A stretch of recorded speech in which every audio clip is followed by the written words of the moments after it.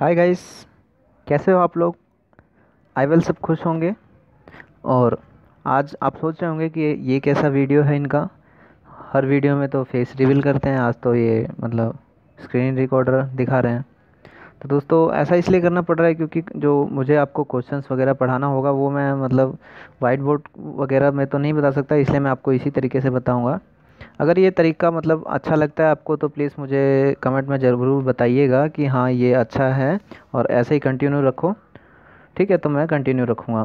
तो इस वीडियो में मैं 2015 के आरपीएफ और आरपीएसएफ के एग्ज़ाम को सॉल्व करूँगा और आपको एक आइडिया लग जाएगा कि किस तरीके से क्वेश्चंस आते हैं। ये वीडियो दो भागों में होगा। पहला भाग जो होगा उसमें करंट अफेयर जीके वगैरह के क्वेश्चंस हैं। बेसिकली इस भाग में मैथ और रीजनिंग को सॉल्व नहीं किया गया है।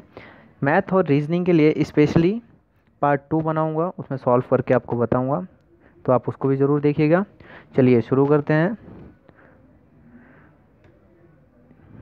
ठीक है दोस्तों, तो इसमें सब देखिए, ये आरपीएफ और आरपीएसएफ कांस्टेबल भर्ती परीक्षा 2015 यही क्वेश्चन आए थे और इसी टाइप के क्वेश्चंस इस बार भी आएंगे। ऐसे ही क्वेश्चन बनते हैं, इनको आप देख के एक आइडिया लगा लेंगे कि किस टाइप के क्वेश्चंस बनते हैं।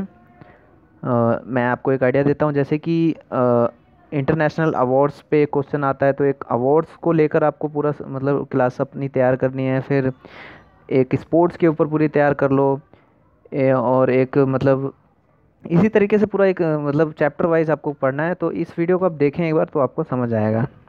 ठीक है, तो चलिए स्टार्ट करते हैं। सबसे पहला जो प्रश्न है वो है, निम्नलिखित में से किस राज्य के अंतर्राष्ट्रीय सीमा सर्वाधिक लंबी है। किस राज्य की अंतर्राष्ट्रीय सीमा सर्वाधिक लंबी है। राज्य की होगा, यहाँ के हो गया, सॉरी दोस्तों।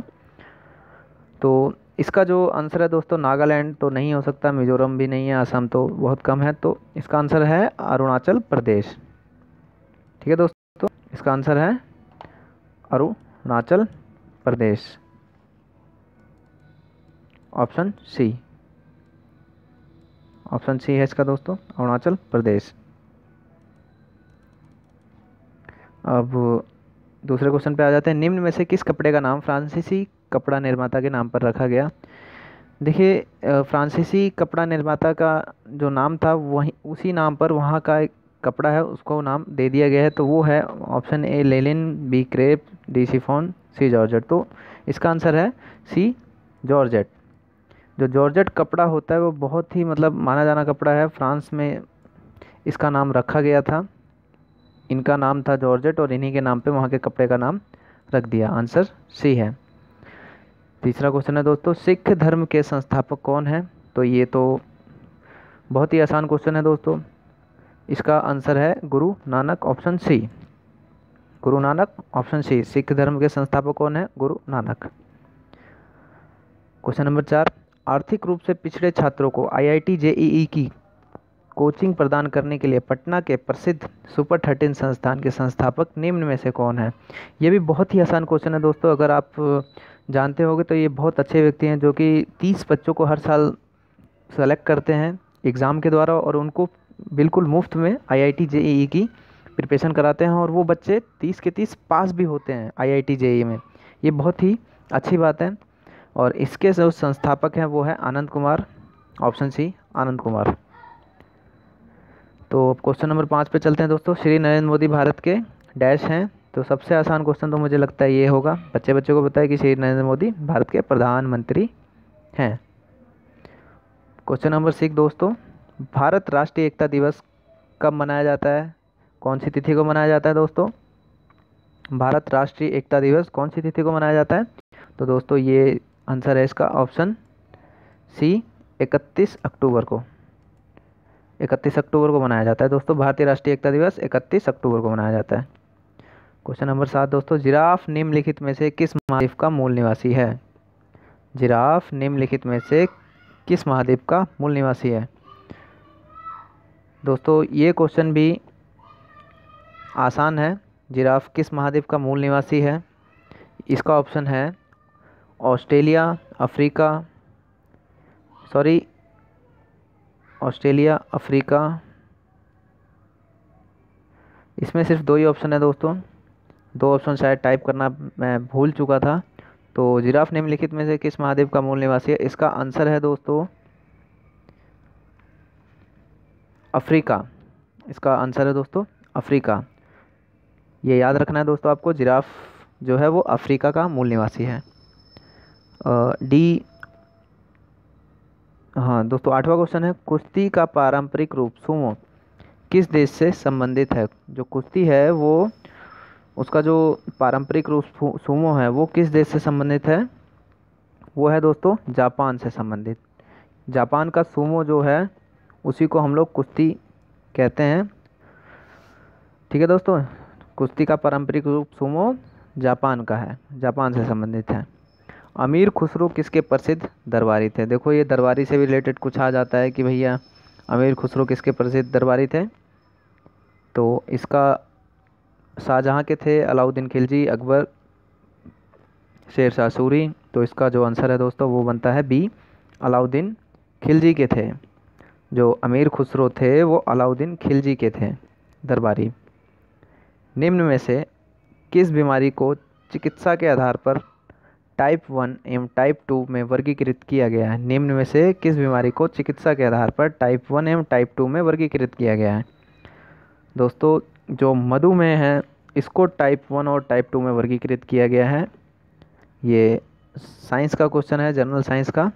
निम्न में से किस बीमारी को चिकित्सा के आधार पर टाइप 1 और एवं टाइप 2 में वर्गीकृत किया गया है? आंसर है मधुमेह। भारतीय सशस्त्र बलों के कमांडर इन चीफ निम्नलिखित में से कौन होता है? दोस्तों जो सशस्त्र बलों के जो कमांडर इन चीफ हैं वो हमारे मतलब राष्ट्रपति होते हैं, और राष्ट्रपति हमारे तीनों सेना के प्रमुख भी होते हैं, चीफ होते हैं। तो याद करना बहुत आसान है कि जो राष्ट्रपति है वो हमारे मेन होते हैं, प्रथम व्यक्ति भी होते हैं। तो भारतीय सशस्त्र बलों के कमांडर इन चीफ हमारे राष्ट्रपति होते हैं।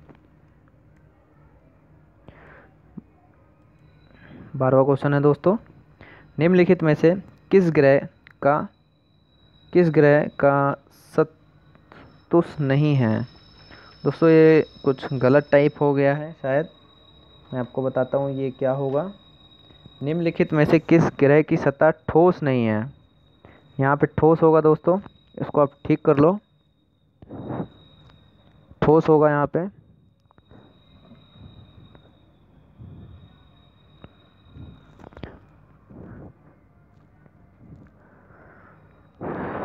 तो ये टाइप गलत हो गया दोस्तों।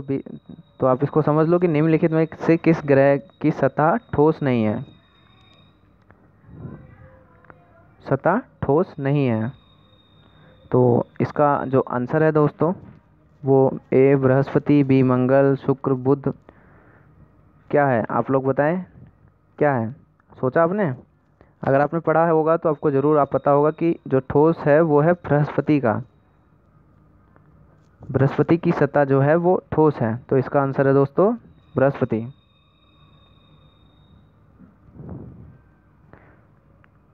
13वां क्वेश्चन है दोस्तों, बिहार के प्रसिद्ध भोजन लिट्टी का प्रमुख घटक क्या है? मतलब जो बिहार में जो लिट्टी चोखा बनता है, तो जो लिट्टी होता है वो किस चीज़ से बनता है, उसका घटक क्या है? तो ये भी बहुत आसान क्वेश्चन है दोस्तों, आपको पता होगा। ऑप्शन ए प्याज, आलू, सब्जी, सत्तू। तो आपको अंदाज़ा होगा जो लिट्टी है वो सत्तू से बनता है। ये एक तरह का आटा होता है, लेकिन इसको खाया जाता है, वैसे भी खाया जाता है। तो इसका आंसर है सत्तू। बिहार के प्रसिद्ध भोजन लिट्टी का प्रमुख घटक सत्तू है। 14वें क्वेश्चन पे आ गए हैं दोस्तों, निम्नलिखित में से किसकी उपस्थिति में पौधों में कार्बन डाइऑक्साइड की प्रक्रिया होती है? निम्नलिखित में से किसकी उपस्थिति में पौधों में कार्बन डाइऑक्साइड की प्रक्रिया होती है? तो पहला ऑप्शन है दोस्तों सूर्य की प्रकाश से, वर्षा से, ब्रह्मांडीय किरणें से, या फिर गरज से। तो एक नॉर्मल आप लगाओ कि गरज से तो कोई लेना देना नहीं है, ब्रह्मांडीय किरणें जो हैं इनका भी कोई लेना देना नहीं है। कार्बन डाइऑक्साइड जो बनती है, वर्षा, देखो वर्षा हमेशा तो होती नहीं है इसलिए, और कार्बन डाइऑक्साइड जो है वो हमेशा बनती है। तो आप लोग लगा सकते हो कि सूर्य की प्रकाश से, क्योंकि आंसर भी इसका यही है, और थॉट प्रोसेस लगाओगे तो आंसर बनेगा भी यही। जब भी क्वेश्चन बनाओ तो 3 ऑप्शनों को मतलब आप गलत साबित करो तो आपका राइट आंसर ज़रूर आ जाएगा। ये एक आइडिया होता है कंपटीशन एग्ज़ाम में पेपर देने का। 15वें क्वेश्चन पे आ गए हैं दोस्तों हम। क्रिकेट के अतिरिक्त निम्न में से किस खेल में स्ट्राइक का प्रयोग किया जाता है? क्रिकेट के अतिरिक्त निम्न में से किस खेल में स्ट्राइक का प्रयोग किया जाता है दोस्तों? लूडो, खो खो, कैरम, शतरंज। तो इसका ऑप्शन बनता है दोस्तों कैरम। जो कैरम जो गेम होता है उसमें स्ट्राइकर का उपयोग होता है। अगर आप खेल के बारे में जानते होंगे तो आपको पता होगा कि स्ट्राइक क्या होता है और इसका उपयोग कैसे करते हैं। 16 क्वेश्चन है ये दोस्तों, ये भी बहुत ही आसान क्वेश्चन है कि इस्लामिक राज्य निम्न में से किसके खिलाफ लड़ाई नहीं लड़ रहा है? Ukraine, Lebanon, Iraq, Syria.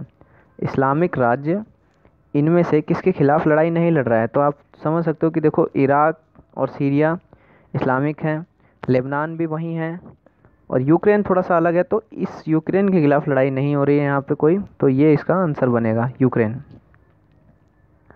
Answer question number 17 पे आ गए हैं हम दोस्तों। क्वेश्चन नंबर 17 है, निम्नलिखित में से कौन सा स्थान है जो मैंग्रोव वृक्षों के लिए प्रयोग किया जाने वाला स्थानीय शब्द के नाम पर पड़ा है?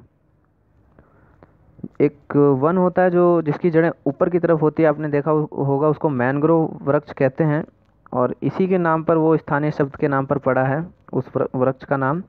तो वो कौन सा है? वृंदावन, सुंदरवन, मंसूरी, मधुबनी। मधुबनी होगा नहीं, आपको पता होगा मधुबनी होगा नहीं। मंसूरी जगह का नाम है, ये भी नहीं होगा। वृंदावन तो वैसे भी नहीं होगा क्योंकि ये तो एक धार्मिक जगह है। तो सुंदरवन है क्योंकि ये सुंदरवन में ही ये पौधे ज़्यादा पाए जाते हैं और ये सुंदरवन ही इसका आंसर है। क्वेश्चन नंबर 18 पे आ गए हम। झारखंड के मुख्यमंत्री का नाम क्या है दोस्तों? ये उस समय का क्वेश्चन है, अभी आप इसको ना लें कि इस समय कौन है, इस समय कौन है आप याद रखें, लेकिन उस समय जो थे झारखंड के, उस समय 2015 में जो मुख्यमंत्री थे वो थे रघुवर दास उस टाइम। ये अभी का नहीं है क्योंकि ऐसे क्वेश्चन बदलते रहते हैं, तो ये आपको लेटेस्ट याद करना पड़ेगा कौन से चीफ मिनिस्टर कौन से स्टेट के हैं। क्वेश्चन नंबर 19, यदि आप लाल किला में हैं तो निम्न में से किस शहर के भ्रमण पर हैं? ये भी दोस्तों बहुत ही इजी क्वेश्चन है। आपको पता है कि लाल किला दिल्ली में है, जो लाल किला है हमारा वो दिल्ली में है। तो अगर हम लाल किला में हैं तो हम कहाँ हैं?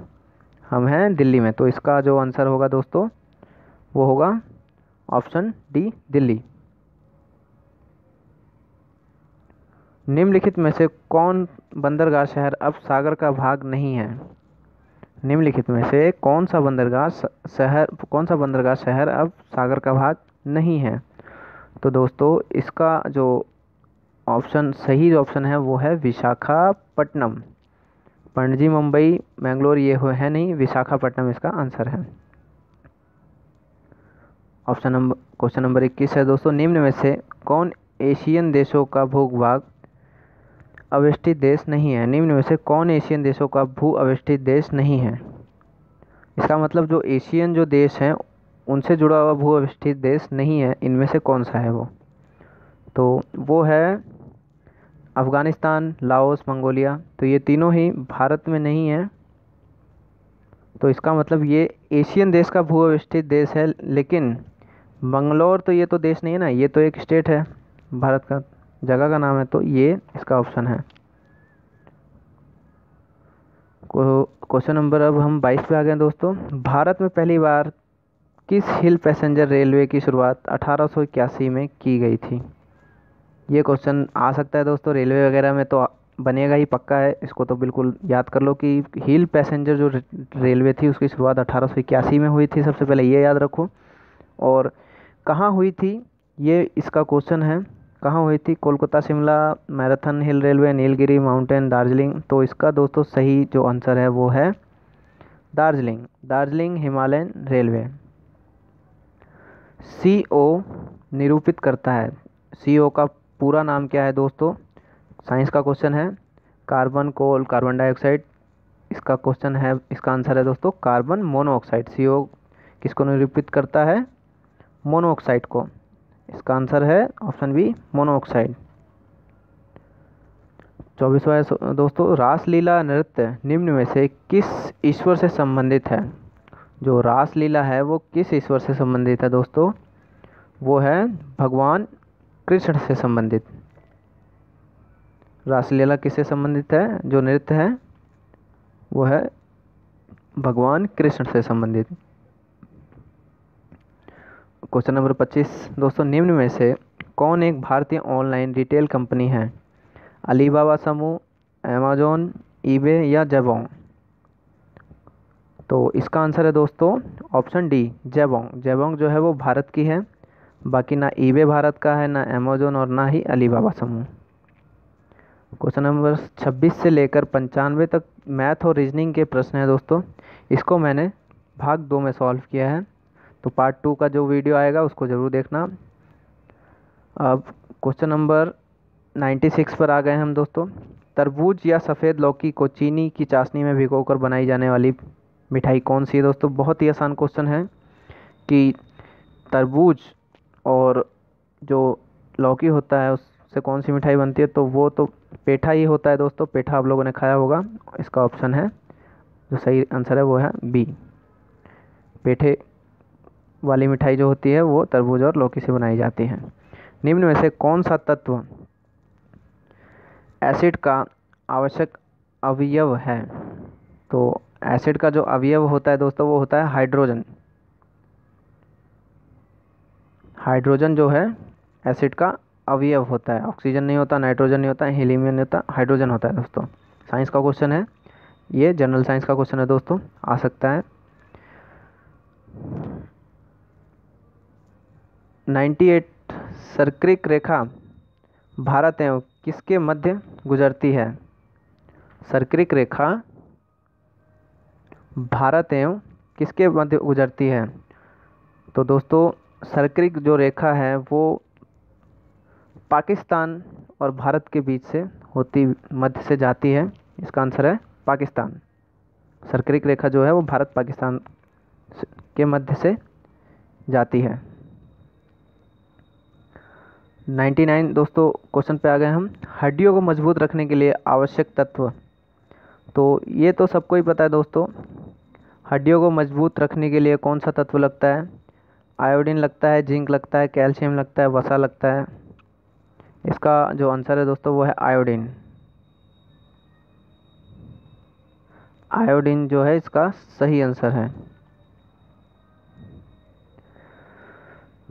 क्वेश्चन नंबर 100, ज्योतिष के अनुसार राशियों के कितने प्रकार होते हैं? तो आपको एक चीज़ याद रखना है कि 12 तरीके की राशि होती है, तो इसका जो आंसर है वो 12 है, ऑप्शन ए। 101 क्वेश्चन, वर्ष 2014 का नोबेल शांति पुरस्कार निम्नलिखित में से किस व्यक्ति को दिया था? तो दोस्तों जो नोबेल पुरस्कार था वो दिया था, आपको पता होगा कैलाश सत्यार्थी बहुत न्यूज़ में आए थे, तो कैलाश सत्यार्थी को दिया गया था। लेकिन इनके साथ एक और थी, वो थी पाकिस्तान की मलाला यूसुफजई, तो इनको भी दिया गया था। ऑप्शन डी है इसका। देखो ये अवार्ड में से क्वेश्चन आ गया, तो इसी तरीके से आपको ये मतलब एक चैप्टर तैयार करने हैं। जैसे पुरस्कार के ऊपर चैप्टर हो गए, युद्ध के ऊपर चैप्टर हो गए, और भी मैं आपको बताऊंगा समय समय पर कैसे तैयारी करना है उस टाइप से। क्वेश्चन नंबर 102, किस स्वतंत्रता सेनानी के द्वारा पटना के बांकीपुर जेल में आत्मकथा लिखी गई थी? जो पटना के बांकी जेल था उसमें एक स्वतंत्रता सेनानी ने आत्मकथा लिखी थी, उनका नाम क्या था? उनका नाम था राजेंद्र प्रसाद। कृत्रिम रूप से उत्पादन किया जाने वाला प्रथम तत्व का नाम क्या है? जो कृत्रिम रूप से उत्पादन हो रहा है वो हो रहा है दोस्तों टेंटियम, टेक्नेटियम। इसको टेक्नेटियम बोलते हैं दोस्तों। साइंस का क्वेश्चन है, TECHNETIUM, टेक्नेटियम। इसका कृत्रिम रूप से उत्पादन हो रहा है और प्रथम बार हो रहा है। निम्न में से किस तिथि को उत्तरी गोलार्ध में कर्क संक्रांति होती है? कर्क संक्रांति आपको पता है, जो मकर संक्रांति होती है ये कर्क संक्रांति है। तो ये कब होता है दोस्तों? ये होता है 21 जून को। ऑप्शन है 21 जून को। 107% पे आ गए हम। निम्न में से किन फलों में विटामिन सी की प्रचुर मात्रा नहीं पाई जाती है? देखिए नोट कीजिए, नहीं पाई जाती है। जल्दीबाजी में आप ये ना सोचें कि विटामिन सी की मात्रा पाई जाती है। तो सी मतलब सेब वगैरह जो भी है मार दिया आपने और चलते हुए ना, क्वेश्चन को सही से समझना है और फिर टिक लगाना है। तो देखो संतरा, कीवी, नींबू जो खट्टे फल हैं उनमें तो विटामिन सी होता है, लेकिन सेब जो है खट्टा नहीं है, तो इसका आंसर होगा सेब। 108 दीपिका कुमारी किस खेल से संबंधित है? दीपिका कुमारी जो है हमारी भैया वो तीरंदाजी से संबंधित हैं। ऑप्शन सी, दीपिका कुमारी किस खेल से संबंधित है? तीरंदाजी से। निम्न में से कौन सा देश द्वीप समूह है? निम्न में से कौन सा देश द्वीप समूह है? लाओस तो है नहीं, चिली भी नहीं है दोस्तों, फिलीपींस है, द्वीप समूह है। फिलीपींस में कई सारे द्वीप हैं और ये द्वीपों का समूह है फिलीपींस, तो द्वीप समूह है। अर्जेंटीना भी नहीं है। क्वेश्चन नंबर 110 पे आ गए हम। कुआलालंपुर जाने वाली अंतर्राष्ट्रीय यात्री उड़ान 17 जो यूक्रेन में गिरा दी गई, कहाँ से कहाँ तक उड़ान भरी थी इसने? तो ये उस टाइम का मतलब करंट अफेयर का क्वेश्चन था दोस्तों। तो ये एम्स्टर्डम से उड़ान इसने भरी थी, इसका आंसर है एम्स्टर्डम। क्वेश्चन नंबर 111, मणिक सरकार किस राज्य के मुख्यमंत्री थे? देखो मुख्यमंत्री से एक और क्वेश्चन बन गया है, तो ये अभी का आपको लेटेस्ट याद करना है। उस समय का जो सही आंसर इसका था वो था त्रिपुरा। ये चेंज होता रहता है दोस्तों, तो आप लोग इसको लेटेस्ट याद करते रहें। इसका आंसर है त्रिपुरा। क्वेश्चन नंबर 112, काजीरंगा राष्ट्रीय उद्यान किसके लिए प्रसिद्ध है? देखो भैया जितने भी राष्ट्रीय उद्यान हैं वो भी बहुत इंपॉर्टेंट हैं, उनको आपको पढ़ना है। अब ये इसमें पूछा है कि किसके लिए प्रसिद्ध है, ये नहीं पूछा कि कौन से स्टेट में है। देखिए उससे जुड़ी हुई हर चीज़ों को आपको समझ लेना है कि वो कौन से स्टेट में है और वहाँ पर कौन सा जानवर पाया जाता है। ये दो चीज़ आपको नोट डाउन समझना है। तो अभी हमें समझना है काजीरंगा राष्ट्रीय उद्यान किसके लिए प्रसिद्ध है। तो ये भैया प्रसिद्ध है एक सींग वाला गैंडा। ये बहुत सारे क्वेश्चनों में, बहुत सारे एग्जामों में पूछा गया है। एक सींग वाला गैंडा काजीरंगा राष्ट्रीय उद्यान में फेमस है। क्वेश्चन नंबर 113, भारतीय संघ में शामिल होने वाला अंतिम भूभाग कौन सा था? दोस्तों भारतीय संघ में शामिल होने वाला अंतिम भूभाग जो था सिक्किम। सिक्किम जो था वो सबसे आखिरी में शामिल हुआ था भारतीय संघ में, तो इसका आंसर है दोस्तों बी, सिक्किम। क्वेश्चन नंबर 114, निम्न में से कौन सा देश वर्ष 2016 का ग्रीष्मकालीन ओलंपिक खेलों की मेज़बानी करेगा? कौन सा देश है दोस्तों जो 2016 में ओलंपिक खेलों की मेज़बानी करेगा? अर्जेंटीना, रूस, ब्राज़ील। सी इसका ऑप्शन दोस्तों बनता है सी, जापान करेगा। तो इसका जो आंसर है वो है जापान। 115, कच्छ की खाड़ी किस राज्य में अवस्थित है? देखो अब ये खाड़ी के बारे में पूछ लिया है कि कच्छ की खाड़ी कौन से राज्य में अवस्थित है। तो ये तो सबको पता है कि कच्छ जो है वो गुजरात में है, तो इसका राइट आंसर सी, गुजरात है। क्वेश्चन नंबर 116, प्राचीन समय के अध्ययन केंद्र के संदर्भ में निम्नलिखित में से किस विश्वविद्यालय ने अपना अकादमिक सत्र 2016-2014 शुरू किया? तो इसका जो आंसर है दोस्तों वो है ऑप्शन बी, नालंदा विश्वविद्यालय। नालंदा विश्वविद्यालय ने अपना अकादमिक सत्र शुरू किया।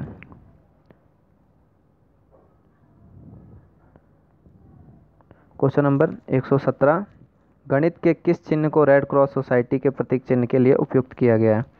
आपको पता है जो रेड क्रॉस सोसाइटी की जो एम्बुलेंस वगैरह होती हैं उसमें प्लस का निशान होता है, और प्लस का ही निशान डॉक्टर के क्लिनिक वगैरह में भी आपको देखने को मिलेगा। तो इसका सही आंसर है ऑप्शन डी, जमा। भारत के उस गवर्नर जनरल का नाम क्या है जो सत्ता को ईस्ट इंडिया कंपनी से ब्रिटिश क्राउन को हस्तांतरित किया था, जिसने किया था? तो लॉर्ड कैनिंग ने किया था दोस्तों। इसका राइट आंसर है Lord Canning, option B. Wangchuk राजवंश किस देश के शासक हैं? वांचुक राजवंश जो है वो दोस्तों भूटान के हैं। राजवंश जो इनका चलता है वो भूटान के हैं, वांचुक भूटान के हैं।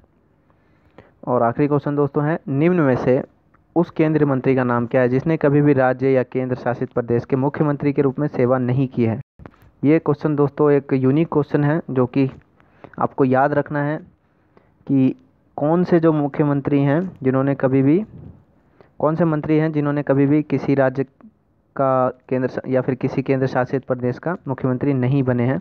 तो वो हैं रामविलास पासवान, ये उस समय का डाटा है, उस समय का आंसर है।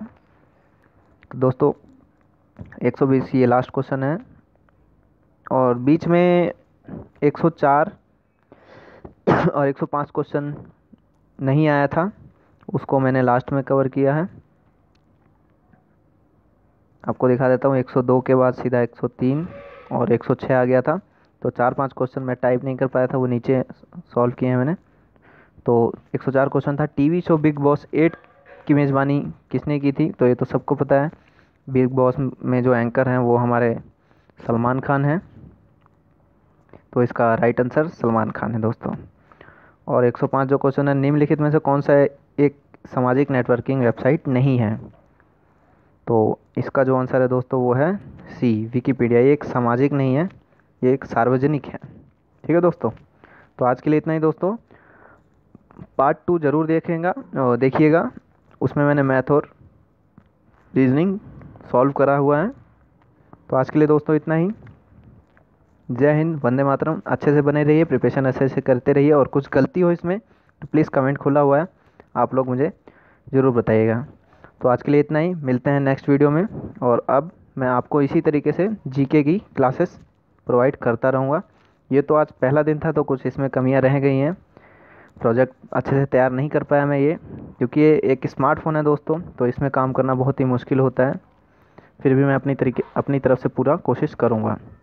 तो आज के लिए दोस्तों इतना ही। जय हिंद, वंदे मातरम।